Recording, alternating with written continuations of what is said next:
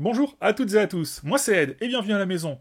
On se retrouve aujourd'hui pour parler manga avec un achat, l'achat manga du mois d'août. Et tu vas voir, on est plus cool et plus calme que les autres mois. Et c'est pas obligatoirement une mauvaise chose. Donc, on va commencer, comme d'habitude, par les réceptions en service presse. Tu verras un seul éditeur ce mois-ci. Et ensuite, ce que je me suis offert. N'hésite pas à utiliser le code Rakuten si tu souhaites revoir la section Vous m'offrez. Où tu peux avoir 3 euros. Non, 3 mangas pour 10 euros, on va y arriver. Toutes les infos sont en description. Allez, générique.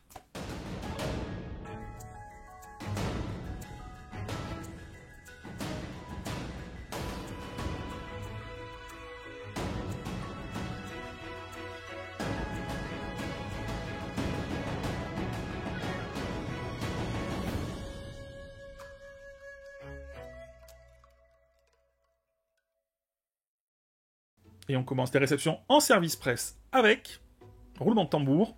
Oui, bon, je t'ai mis un gros indice ici, du Junji Ito chez Mangetsu avec l'école des composés. Alors, déjà, oui, l'école des composés est clairement un gros clin d'œil au titre de Kazuo Umezu avec l'école emportée. Ça, on le prend, c'est fait. Qu'est-ce qu'on trouve là-dedans? Avant de parler des histoires, c'est un recueil d'histoires courtes, je te le dis tout de suite. On va suivre d'ailleurs majoritairement ces deux personnages, mais bouge pas, je t'en parle juste après. Donc, encore une fois, un très bel écrin, Mangetsu fait vraiment attention à... Dès qu'il met du Junji Ito, c'est toujours un très bel écrin, un très beau bouquin, de très belle finition. On est à la fin de la... Alors, t'as 7 histoires courtes dedans, à la fin t'es à 176 pages. T'as une préface de 2 pages et une postface de 7 pages. Avec, pour la postface, elle est faite par Fortifem, et pour la préface, enfin bon, au début, 2 pages, voilà, Fortifem, et à la fin, on est par contre là sur 7 pages, écrites par Morolian. Alors, comme je te le disais, là-dedans, on a 7 histoires. T'en as 5, toutes ont été écrites déjà entre 2013 et 2014. T'en as 5 qui vont se suivre, qui vont parler des deux mêmes protagonistes. Les protagonistes qu'on trouve ici, un frère et sa sœur, qui se prénomment Yuma pour le frère, et Shizumi pour la petite sœur. Bon. Comme d'habitude, Junji Ito s'inspire de ce qu'il voit dans la vie pour créer des histoires d'horreur. Et là, on va partir de ce fait que beaucoup jugent parfois ridicule des Japonais, entre autres. Parce qu'on a pu voir, on a tous vu un petit peu des images de certains politiciens qui étaient pris la main dans le sac à faire des bêtises, à tromper leur femme, ouais, et qui partent dans des dramas très théâtraux. C'est très théâtral tout ce qu'ils font, hein. Voilà. Bon. Il est parti de ça, il en a fait une histoire d'horreur. On suit donc ces protagonistes-là. Le frère va s'excuser à outrance, tout le temps. La sœur, elle, c'est plus un petit démon. Hein, on va un petit peu retrouver du Soichi en elle, ou à l'inverse. Et sur ces 5 histoires, ce que je trouve très très bien, très sympathique, c'est que ça se suit. C'est-à-dire qu'il va y avoir des événements qui vont se passer, par exemple, dans l'histoire numéro 2, qui vont se retrouver dans l'histoire numéro 4, etc., etc. Donc ça, c'est assez sympathique. Petit défaut, bah, c'est que vu que c'est des histoires qui ont été prépubliées sur 2 ans, des fois, au début de l'histoire, on va te rappeler un petit peu qui sont les personnages sur 1, 2, 3 cases. Faut l'accepter. Je t'ai dit qu'il y avait 5 histoires sur eux, mais il y en a aussi 2 autres. 2 autres qui sont des histoires beaucoup plus courtes, beaucoup moins de pages, qui n'ont rien à voir avec les 5 premières. Donc, dans l'école des composés, comme tu peux le voir, il va y avoir pas mal, je te montre un petit peu en grand, hop, je regarde si c'est bien cadré, oui. On va avoir pas mal de notions de corps qui fondent, hein. Voilà, hein, c'est pas un... Voilà. Moi, c'est quelque chose que j'aime pas trop, les modifications corporelles, qu'on peut entre autres retrouver dans Spiral, donc c'est pas quelque chose qui me... Tu vois, ça me dégoûte un petit peu. Donc... Bon, je suis allé jusqu'à la fin, évidemment. Attention, si tu n'aimes pas quand ça dégouline, quand c'est berk crado, c'est peut-être pas pour toi. Mais encore une fois, un bouquin de plus qui vient se greffer à la très belle collection Junji Ito chez Mangetsu. Et on continue avec The Tunnel to Summer dans son tome 2. Ah, j'avais adoré le 1. Littéralement. C'est une série qui est prévue en 4 tomes. Alors nous allons suivre l'histoire de Kaoru Tono, un jeune homme qui habite à la campagne japonaise, et qui a entendu parler d'une légende urbaine. Cette légende urbaine parle d'un tunnel où quand tu y rentres, tu pourrais ressortir avec tout ce que tu souhaites. Je te résume ça un petit peu. L'objectif, c'est de parler du tome 2. Il y a sa vie de lycéen, il se passe des choses, il rencontre des personnages très intéressants, il découvre le tunnel dans le tome 1. Beaucoup de choses, entre guillemets, qui piquent notre curiosité. Et dans ce tome 2, alors, j'ai presque eu l'impression que c'était un tome de transition. C'est-à-dire qu'il y a les mêmes ingrédients, le tunnel revient, ses camarades de classe, et on va d'ailleurs plus insister sur elle dans ce tome-là. On la voit dans le tome 1. C'est assez... Ah, alors, je me languis de lire le tome 3, parce que ce tome 2 m'a laissé clairement sur ma faim. Le tome 1 était très bien géré. Ce tome 2... Alors, est-ce que c'est parce que j'en entendais énormément, parce que le tome 1 m'a énormément hypé, ou pas? Je pourrais pas te dire de choses négatives dessus, parce qu'il n'y en a pas vraiment à dire. Les dessins, c'est toujours plutôt sympathique, vraiment. En ce qui concerne le mood, les personnages, on en apprend un petit peu plus, peut-être pas assez. C'est peut-être ça qui m'a un petit peu gêné, c'est qu'au final, il se passe tellement de choses dans le tome 1, que ça ralentit un petit peu dans le tome 2. Mais ce qui est normal, on en a tellement appris dans ce tome 1, donc j'aime toujours autant la série, mais j'attends de lire avec grande impatience le tome 3. Un bouquin qui est sorti pour la Japan Expo, mais que je n'ai pas eu à ce moment-là, je l'ai acheté un petit peu plus tard, et c'est Arion dans son tome 1. Donc, déjà, avec Arion, tu as ça qui est offert. Je te montre, c'est dans le bouquin. De quoi qu'est-ce donc que ça parle? Alors, pour ne pas faire d'erreur, parce que ça parle de mythologie grecque, je vais te lire. Arion, fils de Déméter, est enlevé par Hadès, qui l'entraîne au royaume des enfers. Il y grandit et devient un vaillant guerrier dans le but, caché par Hadès, de tuer ses frères rivaux, Zeus et Poséidon. Arion entame alors un voyage initiatique, au travers de la Grèce antique, mise à feu et à sang par les guerres qui opposent les dieux, et va en devenir l'acteur le plus important. Bon. Bon moment de lecture. Là, ça, on prend, on l'enlève. À l'intérieur, 8 illustrations dès le début, couleurs, sur papier glacé, très très jolies, qui reprennent un petit peu, au final, les grandes scènes de ce tome 1. Et donc, c'est bien sympathique. Il y a également une interview à la fin de l'auteur, une interview qui n'est pas récente, hein, parce qu'il y parle à un moment dans cette interview de combien de tomes va faire la série. Donc, on voit que, voilà, on voit que c'est pas encore fini. Vu que c'est un manga qui n'est pas tout jeune, une interview de l'époque. 21€ pour ce gros bouquin. Est-ce que j'irai vers le 2 et le 3? J'ai un doute parce que c'est quand même un budget, mais le moment était sympathique. Donc je saurais pas te répondre, ça va vraiment dépendre du moment où je tombe sur le tome 2, est-ce que je craque ou pas. J'ai déjà dit sur les dessins, ils sont un petit peu vieux, un petit peu old school, un petit peu vintage. Personnellement, ça ne me dérange pas. En ce qui concerne l'histoire, à proprement parler, il y a quelques adaptations, puisque Arion, normalement, dans la mythologie, est un cheval, si je ne dis pas de bêtises. Mais malgré tout, sans être un expert et en vraiment ne connaissant pas grand-chose de la mythologie grecque, moi tu m'aurais dit, il reprend 100% de la mythologie, je t'aurais dit, ah bah d'accord, c'est cool, tu vois, ça passe tout à fait. Je pense qu'il s'inspire énormément, il garde les très grandes lignes, mais il change un petit peu certains détails, parce que bah, un canasson, c'est pas facile d'avoir un bourrin comme, comment dire, comme personnage principal d'un livre. Très sympathique. Il se passe beaucoup de choses dans ce tome 1. Arion va vraiment aller dans plein d'endroits. Évidemment, que ce soit l'Olympe, que ce soit les enfers. On se prend d'affection et on prend plaisir à suivre les histoires de ce jeune homme qui est un petit peu manipulé, qui va rencontrer pas mal de personnages, avec pas mal aussi de dieux, qui sont parfois certains justes, parfois qui sont certains injustes, parfois certains qui sont détestables, je crois qu'il faut le dire, et d'autres parfois qui vont être tout simplement extrêmement humains. Donc on retrouve vraiment ce côté mythologique qui est très très bien fait. Est-ce qu'il faut aimer particulièrement la mythologie pour aller vers Arion? Non, je ne pense pas.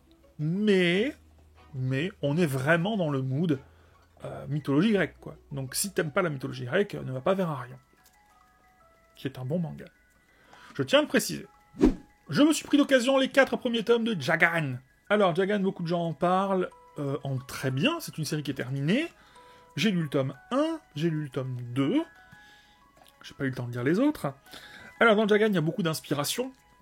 Il y a évidemment des inspirations de Gantz, Il y a entre autres, je vois un petit peu une touche aussi d'inspiration de Terraform Mars. Je vois une inspiration, peut-être aussi d'autres bouquins, mais bon, on va pas aller plus loin sur les inspirations. Ça parle de quoi qu'est-ce donc? C'est un bouquin dans lequel... Ah oui, bah évidemment, une inspiration de Parasite aussi, évidemment. Dans lequel notre héros est un jeune policier à qui pas grand-chose réussit, qui a une vie pépère, qui se fait un petit peu marcher dessus par tout le monde, et il y a des grenouilles magiques qui vont arriver. Ouais, des grenouilles magiques. Qui vont prendre possession des gens, comme dans Parasite. Sauf que lui, pas trop, un petit peu, mais beaucoup, mais pas trop. Et finalement, il va se servir de ses nouvelles capacités pour chasser les autres personnes parasitées et les tuer. Et pour ça, il est assisté d'une chouette magique qui, quand il tue les gens, dévore les grenouilles magiques. Elle fait un caca magique, et ce caca magique que le héros principal va manger, sniffer, ben, fait qu'il peut réussir à ne pas se transformer. Voilà. J'ai trouvé ce manga très mauvais.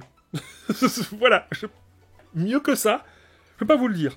Donc, je n'irai jamais le tome 3 et le tome 4. J'ai trouvé ça pas bon.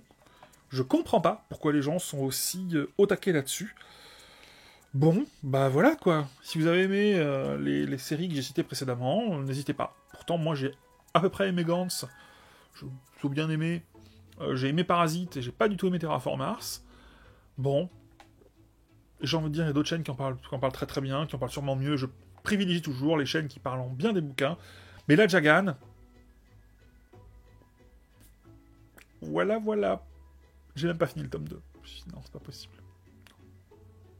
Ah oui, avec évidemment des scènes un petit peu de sexe, je crois qu'on peut le dire, hein, un petit peu, t'as ce côté un petit peu Gantz, évidemment, c'est bien pour le bouquin.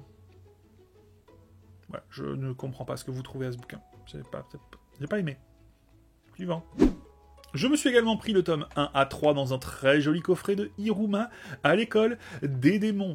Alors, c'est un manga que je voulais tester depuis bien longtemps déjà, mais chercher la motivation. Et une vidéo d'Authentique Manga qui a lu le tome 1 et qui a dit « Bah c'est marrant », m'a décidé, m'a motivé, m'a dédouané de me jeter dessus. Donc, Hiruma à l'école des démons, de quoi qu'est-ce donc que ça parle? Alors déjà c'est un shonen 11+, je te le dis, c'est-à-dire que à part le tome 3, ou dans le tome 3 au début, parce que j'ai lu là, les 3 tomes, hein, on va parler un petit peu de drague, hein, voilà. On va suivre l'histoire d'Hiruma. Alors Hiruma, qui c'est? C'est un jeune garçon. Dès le début du manga, ses parents l'ont vendu à un démon. Hiruma est un jeune homme qui est très gentil, qui est pur, qui est chaste, qui n'ose pas dire non aux gens. Pas comme ses parents. Et ce démon qu'il a acquis, bah tu vois qu'il a... mais au final l'adopte. Parce que ce démon n'a pas de descendance et se dit « Oh, je suis un papy gâteau », un démon papy gâteau quand même, hein. Et je voulais avoir un petit enfant. Donc c'est trop cool. Donc Hiruma, est-ce que tu veux devenir mon petit-fils et aller à l'école? Si tu refuses, je te croque. Alors Hiruma dit pas non. Et dans ce manga, bah c'est vraiment un manga d'humour. Ça me rappelle un petit peu Freak Skill d'ailleurs, la BD. Sauf que là c'est l'école des monstres. T'as tout simplement un humain qui est en enfer, en plein milieu... Alors, faut imaginer un bouquin, un manga typique sur un jeune homme à l'école. Sauf que là, l'école, elle est chez les démons. Les autres élèves, c'est des démons. Les cours, c'est des cours démoniaques. Mais c'est bien rigolo. Honnêtement, c'est bien rigolo. Évidemment. Et évidemment, Hiruma, qui devrait avoir aucune chance de réussir, a une chance insolente. Une chance insolente. Et il essaie de faire le moins de choses possible pour être le plus discret possible. Et évidemment, tout ce qu'il fait va prendre des proportions énormes, gigantesques, et va largement le dépasser. Il n'y a pas cette notion de gagner ou de perdre, mais cette notion de... Au bout du 3e tome, tout le monde pense que c'est un super démon, super balèze, parce qu'il y a des quiproquos dans tous les sens. Et c'est vraiment un manga très rigolo. J'ai pris du plaisir.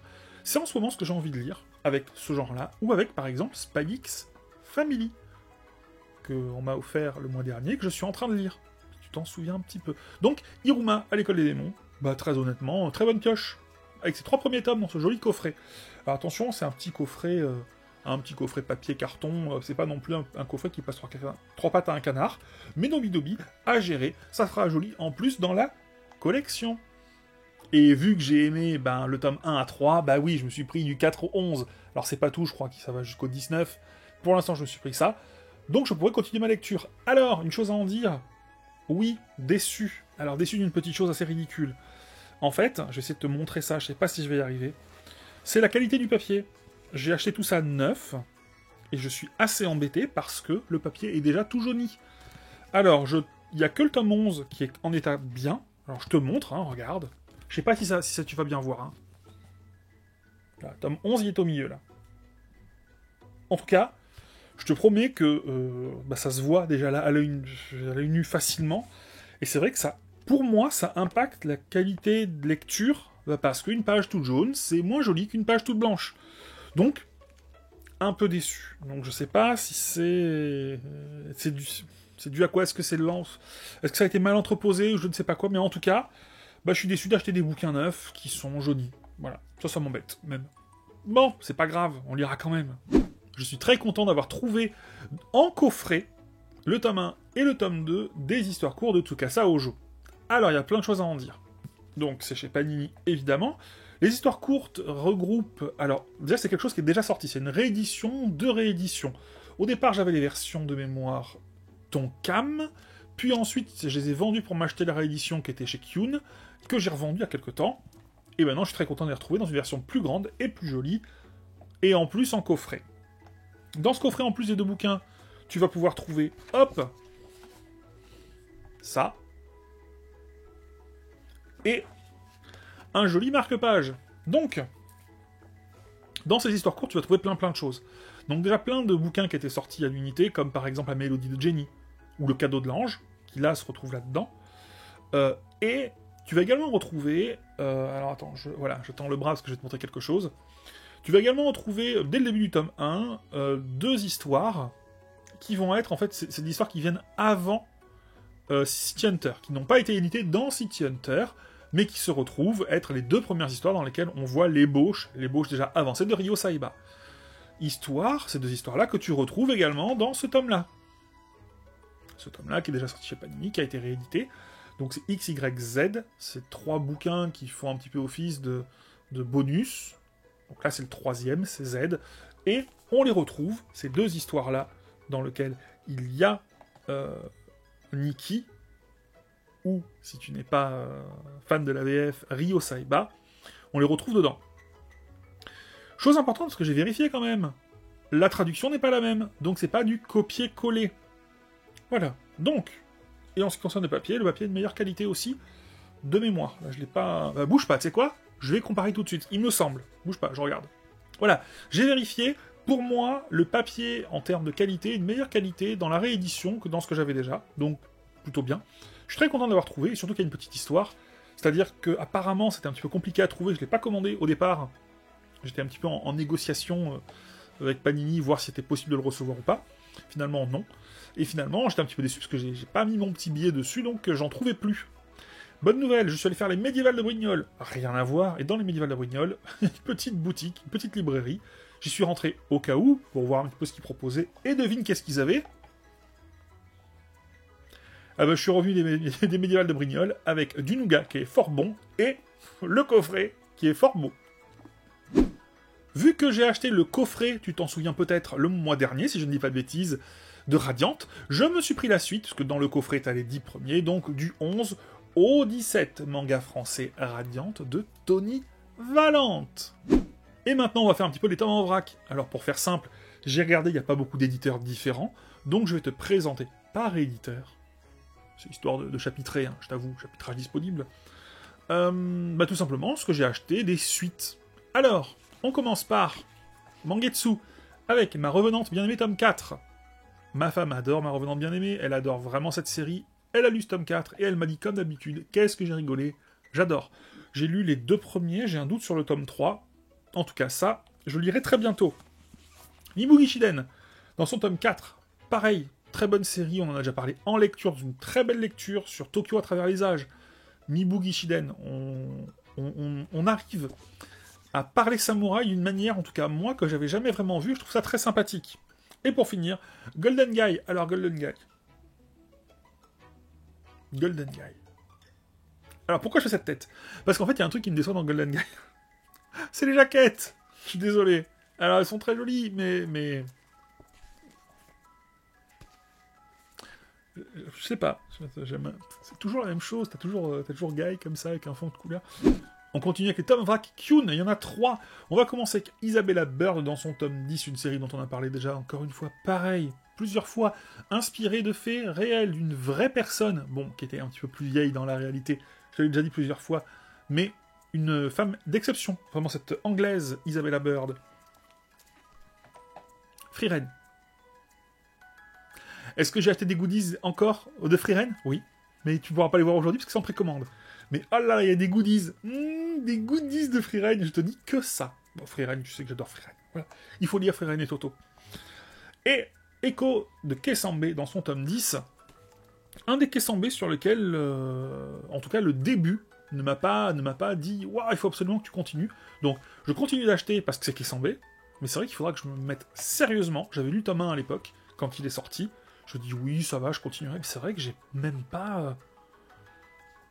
Shame on me. Il faudra que je lise un petit peu plus Echo pour voir quand même. Parce qu'il y a quand même certains Kesambe, surtout au début.